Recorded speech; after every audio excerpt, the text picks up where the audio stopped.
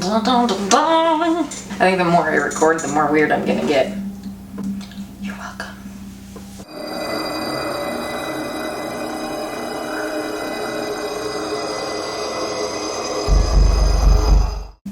Hello, all of you amazing, beautiful souls, and welcome back to episode 3 of Church Crime Time Tuesdays. My name is Lacey Bean, and I am here for you every Tuesday. Today, I have an amazing story for you guys, and the reason I'm saying amazing is because I'm telling you my story. I know. I decided this week would probably be a good time to share my story with you guys. I got a few comments on my YouTube channel that just made me realize that I need to be crystal clear. Just so you guys are aware of why I share these stories, why I'm passionate about holding the church accountable and bringing light to these situations and giving a voice to the victims and validating their experience so that they can heal. And I thought, what better way to explain this with you guys besides just telling my story and my experience within Christianity and why I started deconstructing and where the heck it has landed me today. So let's get into it. So for me to tell you my story, I kind of have to jump back a ton of years and go back to my childhood. So my parents, like a lot of your parents, grew up in a time where mental health was not something that was really talked about. And if you had depression or anxiety or any kind of mental health disorder, it was kind of just pushed to the back burner. It wasn't given a lot of attention, and if you expressed that you needed help, that you were going to be seen as weak, and so it just wasn't addressed, meaning our parents and those generations around that time dealt with trauma and didn't really process through it, didn't really heal from it or go to therapy. There may have been a few, but for the most part, the normal was to just not address it. And my parents, unfortunately, were no exception to that rule. My mom and dad both had their own traumas in their childhoods. Mostly, my mom had a much harder time with her childhood, had a lot of trauma. And since they didn't have any kind of mental health advocacy or situations to help them process through that trauma or get any kind of healing, unfortunately, they took all of that with them into their family moving forward and into their parenting styles. So also I grew up very poor. We were able to pay our bills and have a roof over our head and food on the table and clothes on our back, but that was pretty much it. So my parents spent most of the time focusing on how to provide for the family financially and how to just get our bills paid and keep a roof over our head and keep food on the table. That one of the needs that just wasn't really met for us as their kids was our emotional needs. I think another part of the reasoning behind that is that my parents didn't have a good example of what being emotionally present or meeting the emotional needs of your kids looks like. And so they just kind of didn't know how to do it. And I think that's really common in that generation and in generations around that. I think we're getting better in that arena nowadays, but back then it was like you work, you put food on the table, and that's just what it is. My dog has an entire tree branch. It's like this big. I can't even show you. It's this big. He's dragging it around the yard. So if you hear some leaves rustling, my dog was dragging a tree branch around outside. Where was I? So not only that, but I also was sexually molested at the age of 8 by a half-brother of mine who was twice my age. I didn't tell anybody about the abuse at the time. I didn't tell anybody in the future, like getting into junior high or high school. I didn't tell any leaders or my parents or family members. I kept quiet about it. From that time on, I carried a lot of shame because of that trauma. I thought it was my fault and that I brought it on myself, especially after getting involved within religion. I felt like I had done something to provoke him to want to abuse me, and that it was my fault. I must have flirted or done something to make him stumble and do that. So between not having my emotional needs met by my parents and then being brokenhearted and filled with shame and experiencing the trauma of being sexually abused at such a young age really made a toxic combination for me. It made me desire attention in any way, shape, or form that I could get it, but I also desired to be healed and not feel the shame that I was carrying literally every single day. And it didn't take me long in junior high to start going to church with my friends. And when I started going to church, I realized very quickly two things. One, that Jesus could come and heal the brokenhearted. Awesome, I needed that. Two, there's a laundry list of rules that you need to follow to be a good Christian. So in my head at the time, I thought, okay, if I can follow all of these rules and be a good Christian, then God will be pleased with me and I will be healed and not filled with shame or brokenhearted. And I'll also have that attention need met because I'll be pleasing God and I'll get that attention from God. And I'll get attention from my leaders around me because I'm being such a good Christian girl. Now, this was very hard for the next 4 to 6 years moving forward because on one hand, I wanted to be the best Christian that I possibly could be. But at the same time, I was going through puberty. I was going through puberty and experiencing all of those emotions and desires and trying to figure out my sexuality and what I wanted and what I liked, and dating at a really, really young age, but then also feeling a lot of shame for things that we would do. And that pendulum would swing from right to left constantly. And instead of God coming in and healing that broken part of my heart and taking away that shame, inadvertently, it just kept filling me with more and more shame because there was this standard that I was taught I needed to meet to be a good Christian and for God to be pleased with me, and I was continually not meeting it. So instead of being healed with from shame, I was just experiencing more shame. Why am I laughing? That's really not funny, guys, but it's the truth. During my time in church, it was no secret that the churches had a very negative view. All the leaders and pastors and everybody in the church had a very negative view of my family, especially my parents, because I went to church on my own. My parents supported my decision to throw myself into religion, but them going to church with me is not something they partook in. My parents had gone to church when I was much, much younger, but the church they were going to, the pastor had an affair with the secretary and left his wife and ran away with her. Unfortunately, this didn't happen once. It happened twice, not kidding. 2 pastors in a row had affairs with secretaries, literally 2 different secretaries, 2 different pastors, left their wives and ran away with them. And after the second time, my parents were just completely frustrated with the hypocrisy within the church and Christianity that they just were like, "Burp," and washed their hands of it, and they have never been back to church since. So since the church and the leaders within the church had such a negative view of my family, especially my parents, it started to create a huge divide amongst me and my family. The leaders within the church would constantly tell me that I had the responsibility of evangelizing to my parents, and if I didn't get them saved, that it was my fault and they were going to burn in hell for all of eternity when they died. Mind you, I was in junior high around this time, so I was whatever age that is. I was young. I wasn't even a teenager. I hadn't even gotten my period yet, guys. And I was having leaders put the pressure and the weight of my parents' salvation on my shoulders, and I carried that. It was also talked a lot about how parents should raise their children and how children should respond to their parents in a godly way. And since my parents weren't part of the church, they weren't doing things like the church would expect you to do. Now, these churches that I attended within the first few years of my walk with God, they were Baptist, so they had definitely more, it was Southern Baptist, so they definitely had more of the fundamentalist type of views within Christianity. So more of those strict rules, fundamentalist rules, my parents didn't follow at all, and so they were looked down upon by all the adults that I went to church with. And since my parents didn't meet that standard, and I saw the negative connotations that the church would portray towards my parents, it started to create a big divide between me and my parents. And as time went on, that division just increased and got worse. I thought because I was a Christian and because I was saved and I was trying to be a good Christian girl that I was superior to my parents.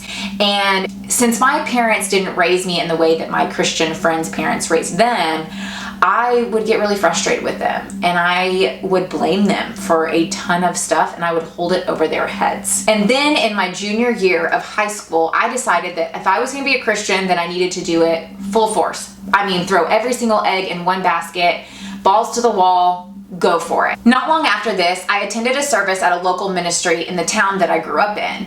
And when I went to their very first service, there was something about them that just attracted me to them. And it didn't take me long to realize that it was the close-knit relationships and the kind of family-like bond that they all had with each other. That kind of emotional connection that they all had was something I so desired. And so I threw myself into this ministry. I started attending every single service they had. And before long, I was asked to be on their leadership team. And of course, I said yes because I wanted to be involved. I wanted to be part of the in crowd, and I wanted to be the best Christian that I possibly could be. And being part of this ministry meant that I was doing that, because if you're part of the leadership, you have to sign a covenant with them. And this covenant has standards like you won't date, you won't drink, you won't smoke, you won't listen to secular music, you'll read your Bible every day, you'll pray every day, and a few other things. And I'm like, that's the standard I need. Like, that standard means you are sold out for Christ, you are doing everything, and you're being the best Christian you can be. And so I signed. I signed, I joined, I went to every service, and I threw myself into this ministry 100%. In the churches that I attended in my younger years, like in junior high, I didn't experience like spiritual abuse. I experienced a little bit of religious trauma in the sense of like purity culture and being told that it was my job to save my parents, and if not, they're gonna burn in hell, and having that weight put on me. I experienced things like that. I experienced some like toxic theology, but when I experienced the mass majority of my religious trauma and my spiritual abuse was when I had joined this specific ministry. Now, I'm not going to say the name of the ministry because it was like a mom and pop ministry. It was non-denominational, but it is not running anymore. It has dissolved at this point, so that's why I'm not saying any names. I joined this ministry, and this is where I experienced the mass majority of my religious trauma and spiritual abuse. Now, for the first little bit of me being in the ministry, I was very excited. I was having the time of my life. I was following all these rules, but it didn't take me long to realize just how controlling the pastor was on literally every aspect of our lives. And it seemed like he did this with a lot of people who did have a more troubled past. It seems like he took a bigger interest in them and was more controlling on the things they did and didn't do, or he allowed or didn't allow them to do in their lives. He was more strict with us for some reason. I think it was mainly because we were more of a flight risk in his eyes. Most of us who he had a really big control over, if we had all taken the Enneagram, we would have all ranked as a 7. I rank as a 7. I crave adventure. So us just like up and leaving was more of a risk. And so I think that's why he controlled us more. But one of the things in the ministry that was a huge thing that they took like to the extreme was purity culture. If you're not familiar with purity culture, just pause right here, go Google purity culture and read up on it for a second, and then come back. Most of you who are probably watching this are like, girl, I know what purity culture is. I was a victim of purity culture. So they took purity culture to the extreme.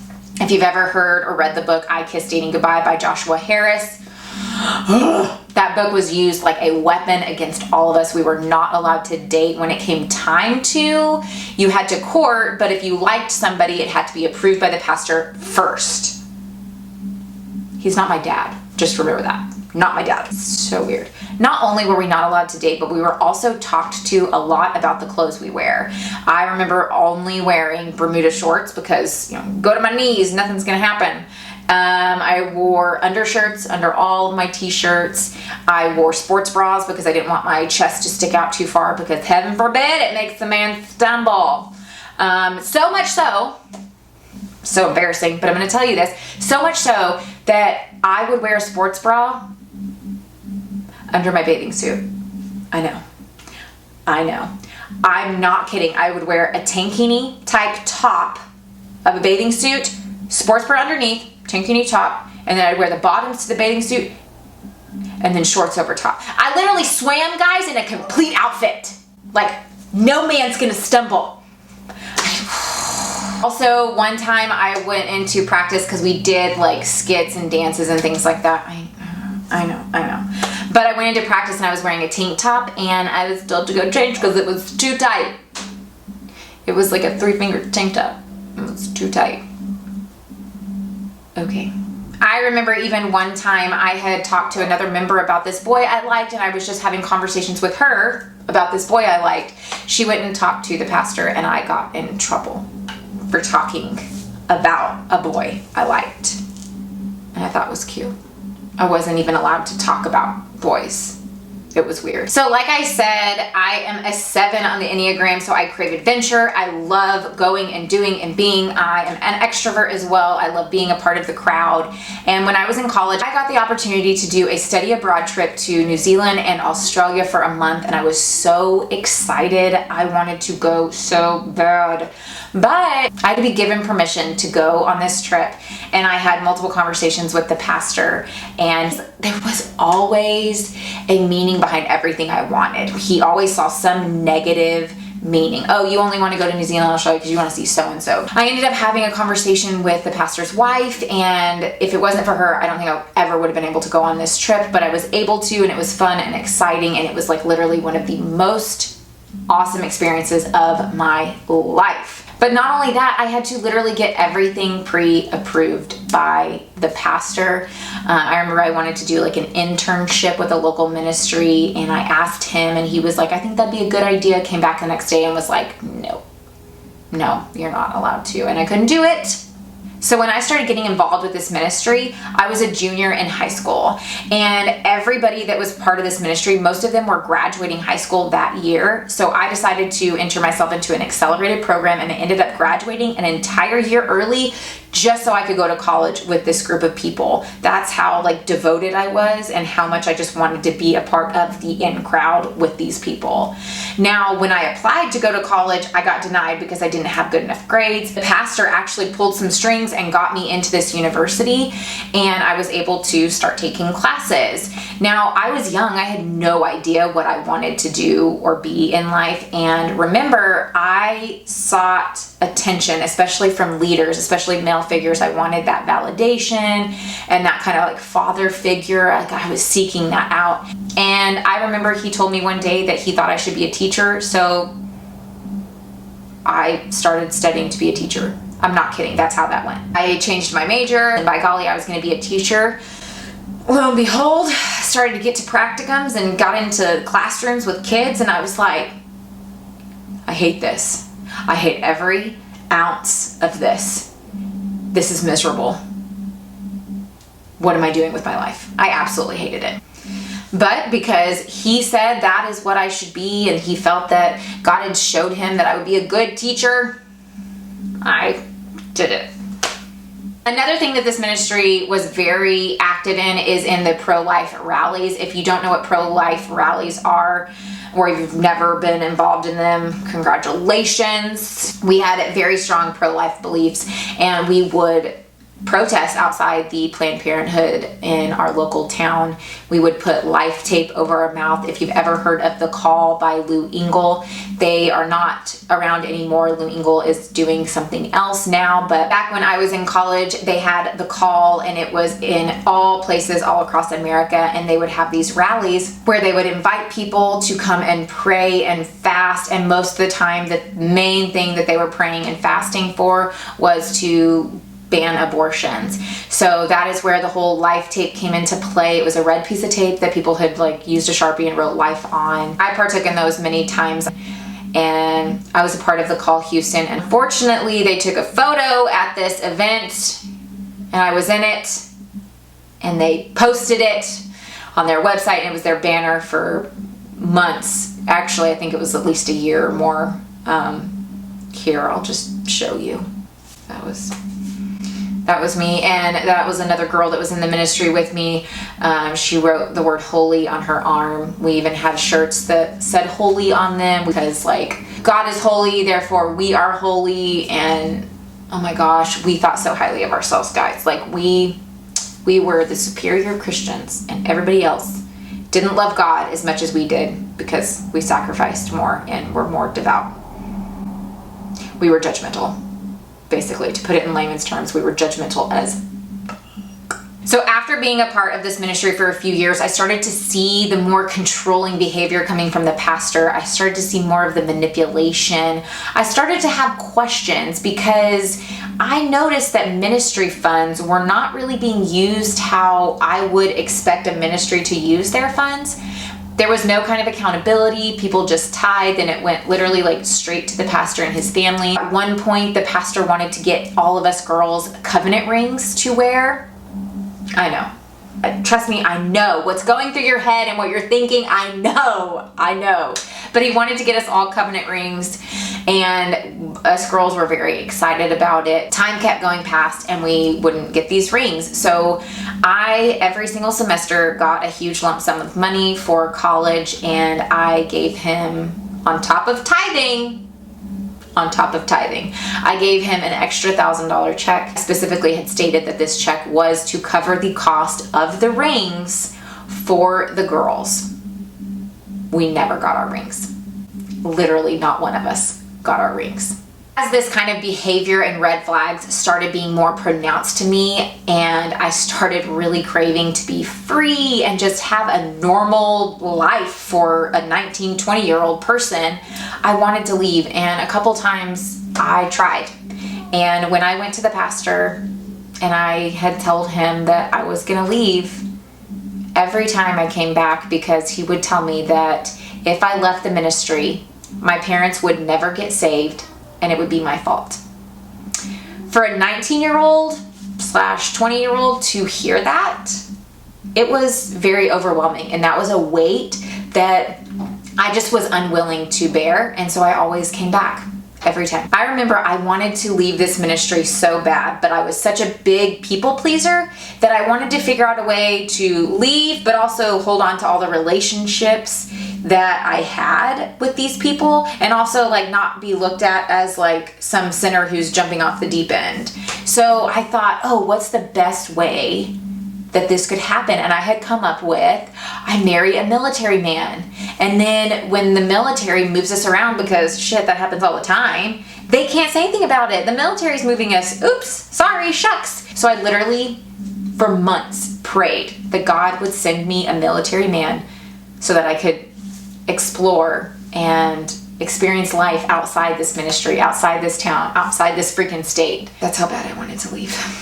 Thankfully, in the summer of 2011, I was able to take a position about 4 hours away for the summer, and I did therapy with autistic children. The reason I was able to take this job was that it was able to give me school credit so that I could start student teaching the very next semester. So the pastor approved it, and we came up with the agreement that I would just come back like every other weekend for services, and that would be great. Good, deal. Well, while I was down there, we had some car problems.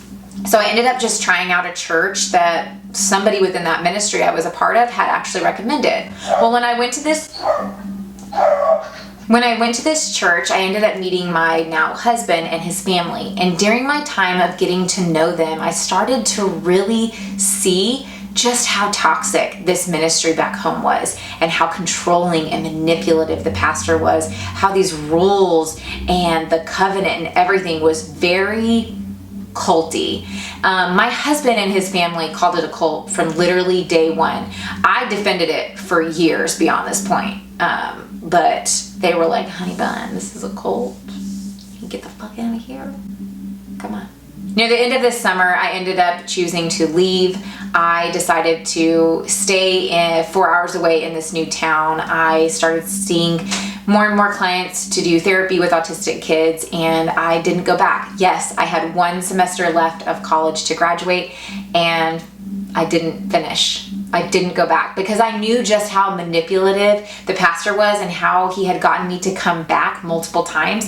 And I knew I wasn't strong enough at that point to go back and finish my degree without him manipulating me to come back. So I wiped my hands of it, and I was like, I'm gone.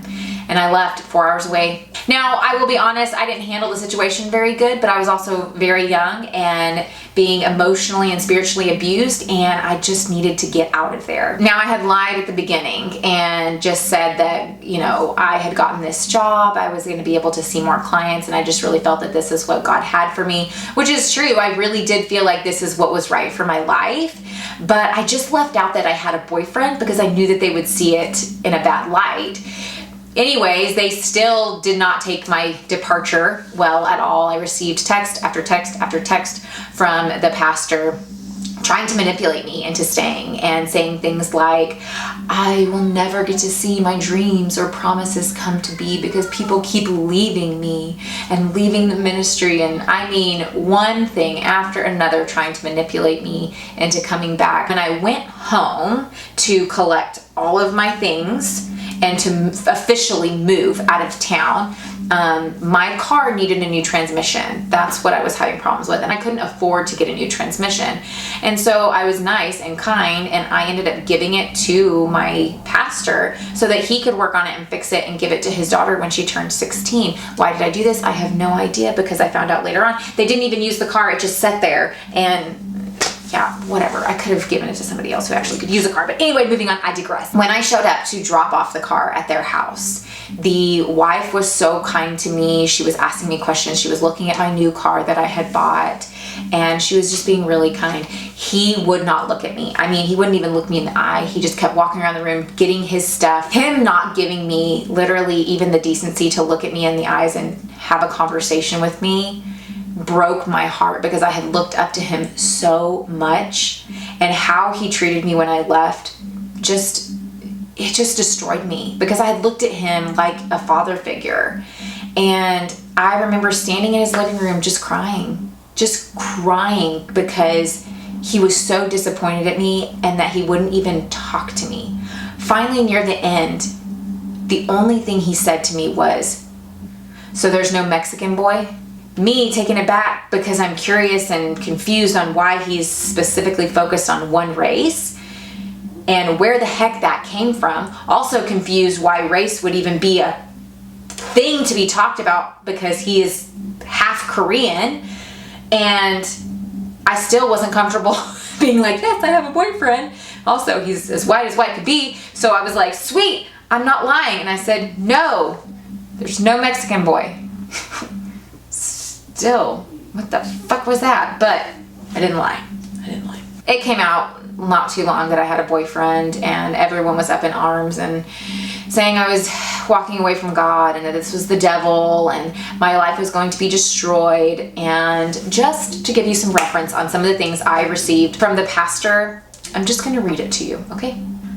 I love you, but you will look in the mirror and see the mirage, and it will be a long road home. You know, and I know. Also, did you think about your professional image? Show me your friends and I'll show you your future. You are now a follower, and that was never you. It's so hard for me to watch you give yourself to every struggle you have ever had, including lusting after older guys. The question down here is, are you pregnant? So this old, lukewarm man, not so great looking, who has had many bites to get married, but is ready now, sees this young, vulnerable, beautiful girl, and wham, she takes the bait, and he will reel her in ASAP, because he will never have a chance like this again. You took the bait of your past, and it can ruin your future just like it did your past. I could go on and on about how I get to pick up all the pieces, wipe all the selfish tears and wounds you have created. You have found a lukewarm walk that feeds all your old desires and numbs your convictions so you can play church and follow. You have found attention, which you have always struggled with, man's approval, and now man's physical touch, which you have struggled with. If I didn't love you and care, I would have never ever sent this. You will never meet the true one if you don't wait. Look how many ones you have had since I have known you, and you would have married all of them. Those big words, he put them in all caps. Please just know that no matter what, you have a home. And yes, there are wounded people that feel used and abused. But if you decided to come out of the mirage, they will still love you and welcome you home. Take care, and I will continue to pray. Then he ends the message with, clean your spiritual eyes and ears and see and hear again. What the fuck? So that was just like a tidbit of some of the messages, or snippets of some of the messages that I received from him when I was like, nope, I'm out. And it came out that I had a boyfriend. Now, as I distanced myself more and more from this ministry, my husband and I got married in October of 2011. And it took me about 2 years from then to really start calling this thing a cult. It took me another like 6 or so years to talk about it with anybody outside my family or be comfortable mentioning it. And I didn't post my story of escaping a cult until December of 2020. Now, when I posted my story about escaping this cult and why I identified this ministry as a cult and the trauma and pain that it inflicted on me and so many others, it really opened the door for me to start peeling back the layers of my religious trauma and start healing from it. Not only did that happen, but in the summer of 2020, we all know it was just a freaking crazy year in 2020. We had COVID hit. My husband and family and I, we moved across state lines to a new state and started our own business. And this was the first time that we were living in a place where we were not close to or by any family. So we were all alone. We also had during this time the politics of 2020. Trump was running for a second term. And my brother asked me if I was going to vote for him. And I said yes, because I had voted for him in 2016. You know, growing up as an evangelical Christian, I was taught to vote Republican, or so I just voted Republican because that's what I was told to do. That's what I was taught. I didn't look into policies. I just voted Republican, bing, bang, bang, done. Now, my brother asked me if I was going to vote for him. I had said yes. He said why, and I was like, I think he's a great president. He's done some good things. He goes, what? And I said, I don't know. Because if I'm being honest, I didn't know. I didn't know anything. He was Republican. Everyone around me was like, Trump is God's man. That's when my brother brought up all of Trump's indiscretions / allegations against him. And I was very shocked. In 2016, when he ran and won and got elected, that was a really stressful time in my life. I was pregnant with my second child. I was going through a lot of medical stuff, a lot of anxiety. I did not watch the news. I did not keep up to date on literally anything political. I wasn't even on social media very much, so I literally did not know any of this. I know, shameful. I agree. So after he told me about these allegations, I asked him to send me some links, documents, documentation, stuff like that. And I got caught up on all of his allegations and was disgusted at not only the amount, but some of the cases, including minors, and just blown away. And at that point, I was like, I cannot vote for this man. There's no way, shape, and form. Being a survivor of sexual abuse, I was not about to vote for him to be president for a second term. This kind of threw me into a spot where I started digging into more of the politics of Democrats and Republicans and realized, hey, you're definitely more left on like everything.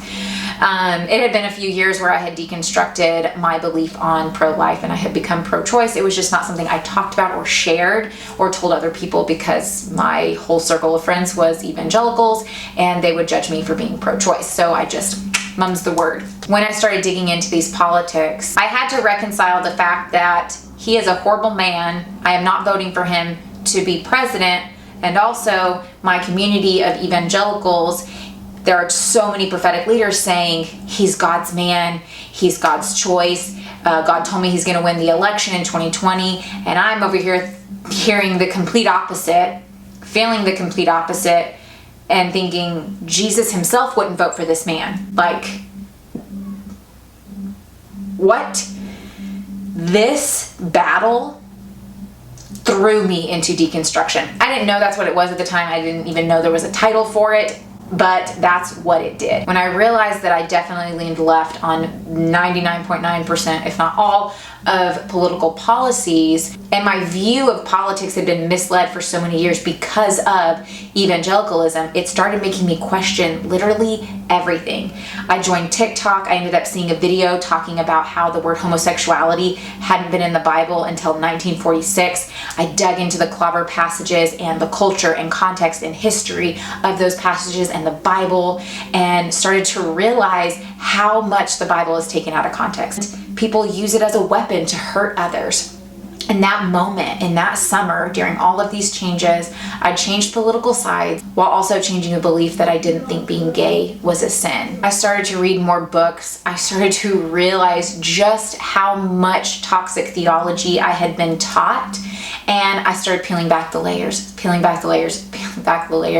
and trying to heal from the religious trauma that had been inflicted on me, the spiritual abuse and everything. It threw me into a very dark space for a long time. It was very emotional. Anyone who has gone through or is going through deconstruction will understand that deconstruction is very hard. It's very emotional, and it takes a toll on your mental health. Now, as I was processing through my religious trauma and processing through my changes of beliefs, I decided it was time for me to share my story of escaping a cult, and that's when I shared it on my blog in December of 2020. After that, I started sharing more of my deconstruction journey and got on TikTok and sharing about my changing beliefs and my story with religious trauma and spiritual abuse, and found a huge community of like-minded people who were sharing their stories of religious trauma, and hearing the stories from victims who had been abused by spiritual leaders within many churches, and when they tried to come forward, it was swept under the rug or they just weren't believed.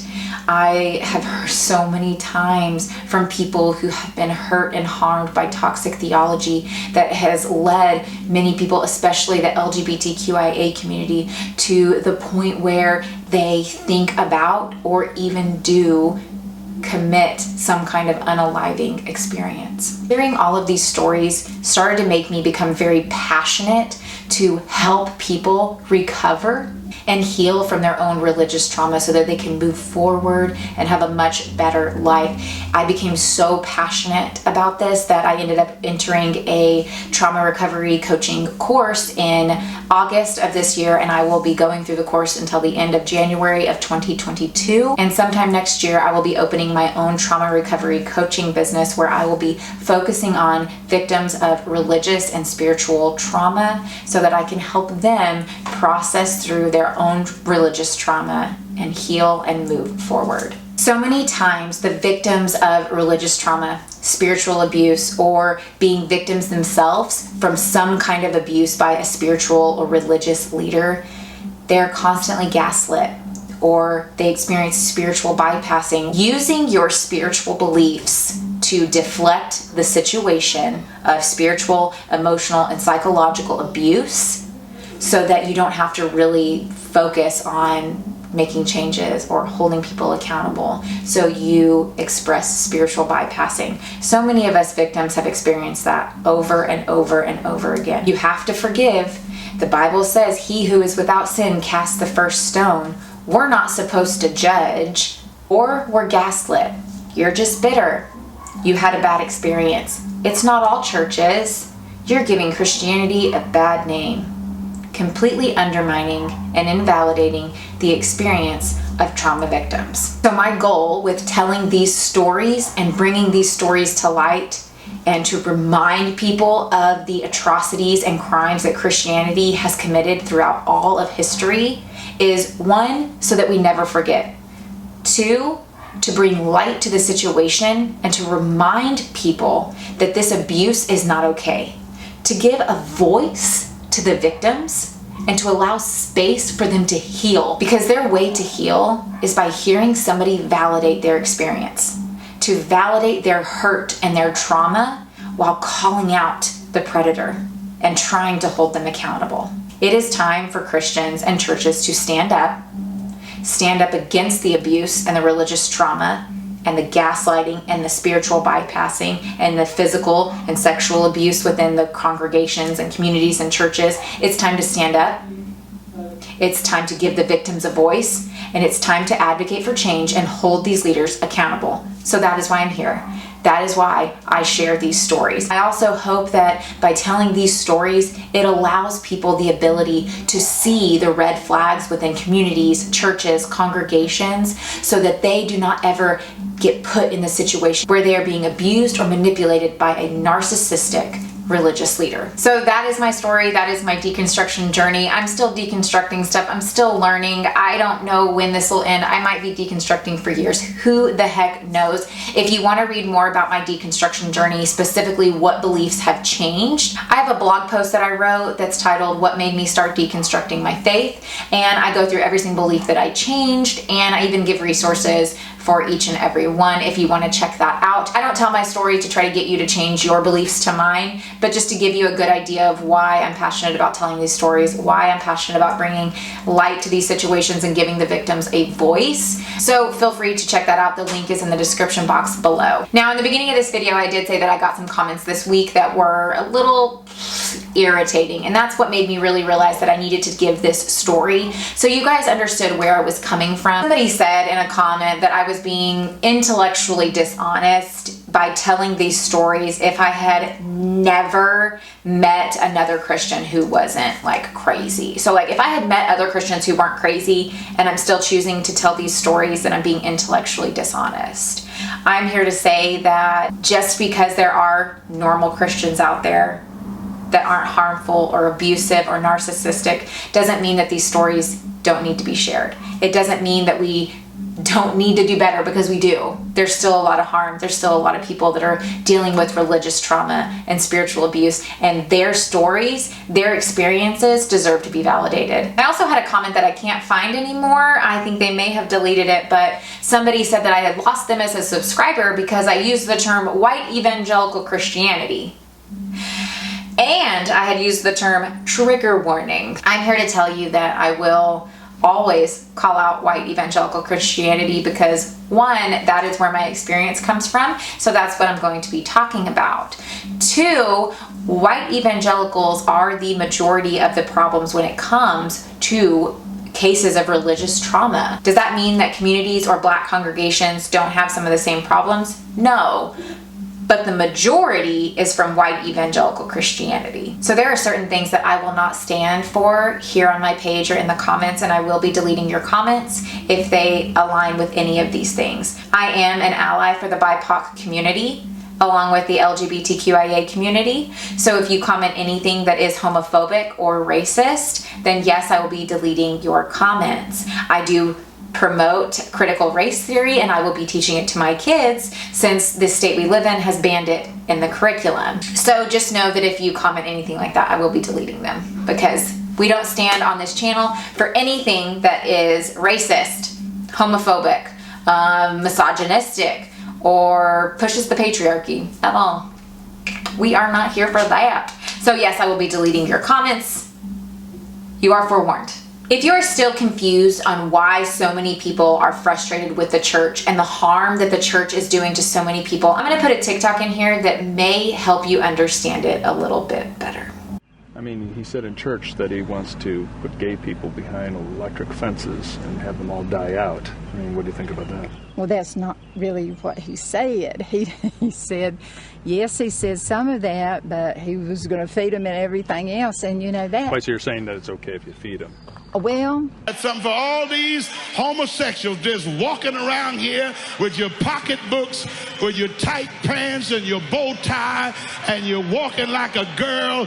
You need deliverance. We don't discriminate. As long as you're not gay, we welcome you with open arms. A 2018 Pew Research survey found that white evangelicals are the religious group least likely to support refugee arrivals in the U.S. Romans chapter 13 does say God instituted government to maintain order and to punish those who commit evil.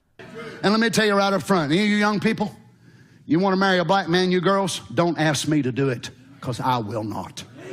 I refuse. I am clearly not bothering anyone. I'm clearly sitting here doing work Cell phone video taken Tuesday captures a heated exchange outside of St. Paul's First Lutheran Church in North Hollywood. You go buy that just now for me? That's for you. That's so unwelcoming. On church property. On church property. All lives matter. I said nothing about any lives, sir. No, and I'm sorry, but I'm telling you, that's what we have to do. It's okay to use lethal force to defend the unborn. I say tonight, we punish Planned Parenthood.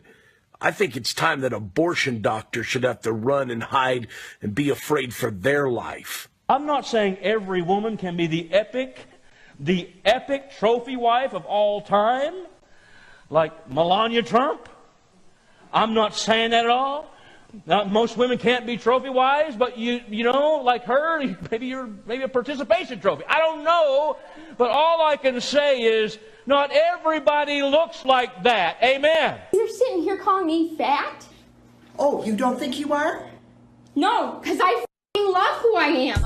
A North Carolina teen is speaking out after being body shamed at her church. I will never come back to this church because of how much you are disrespectful. You are so disrespectful.